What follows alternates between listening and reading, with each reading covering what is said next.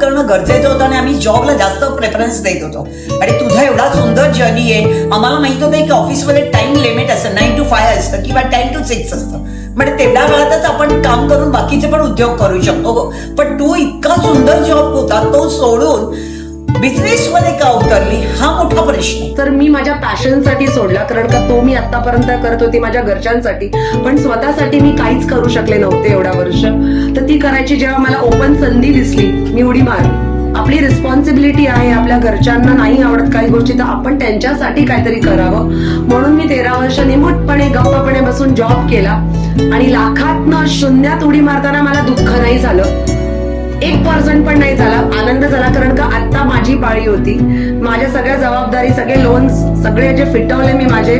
आणि मग मी बोली वा आता मी जगणार स्वतःसाठी. मग इथून मला शून्याच्या पण खालून सुरुवात करायला लागली ना तरी चालेल, पण मी करणार.